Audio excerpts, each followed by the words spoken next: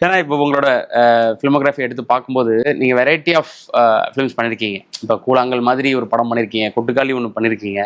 So அதே சமயத்தில் இந்த பக்கம் வெப் சீரிஸாக எடுத்துக்கிட்டோம்னா, வெப் சீரிஸாக நம்ம ஊரில் பெரும்பாலும் த்ரில்லர் வெப் சீரிஸ் தான் பெரும்பாலான சீரிஸ் வருது. அதுக்கு வந்து விலங்கு வந்து மிகப்பெரிய ஒரு உதாரணம். கம்பேரிட்டிவ்லி நம்ம அயலி மாதிரியான வெப் சீரிஸ் வரும்போது அதுவும் நம்ம ஊர்ல பயங்கரமா செலிப்ரேட் பண்ணப்படுது.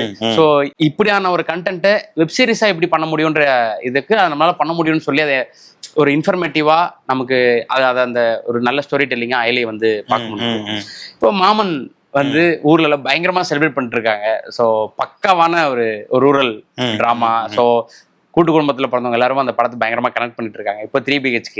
ஸோ இந்த மாதிரி உங்களோட ஃபிலிமோகிராஃபியே பயங்கரமா இருக்கு. எப்படி இது அமைச்சுக்கிறீங்க? நான் அமைச்சுக்கணுன்றது நான் நினைக்கிறேன். அப்படிதான் நான் வந்து கெரியர் டிசைன் பண்ணணும்னு நினைக்கிறேன். பட் அது அமையவும் செய்யணும் ஆப்போசிட்ல. இப்போ ஸ்ரீகணேஷ் பிரதர்ட்ட நான் போய் கேட்குறேன், அவர் வந்து இல்லைங்க அது அப்படி இல்லை அமையலைன்னா அமையல தான். அதுக்காக நம்ம ஹர்ட் ஆகுறதோ இல்லை அப்படிலாம் எதுவுமே கிடையாது. அது நடக்குது.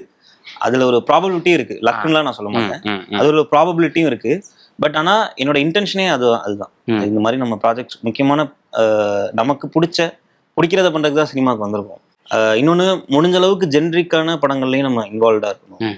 வேற கேட்டகரிஸ் ஆஃப் ஃபிலிம்ஸில் ஜானர்ஸ் ஆஃப் ஃபிலிம்ஸில் நம்ம இன்வால்வ்டாக இருக்கணும்னு ட்ரை பண்ணுவேன்.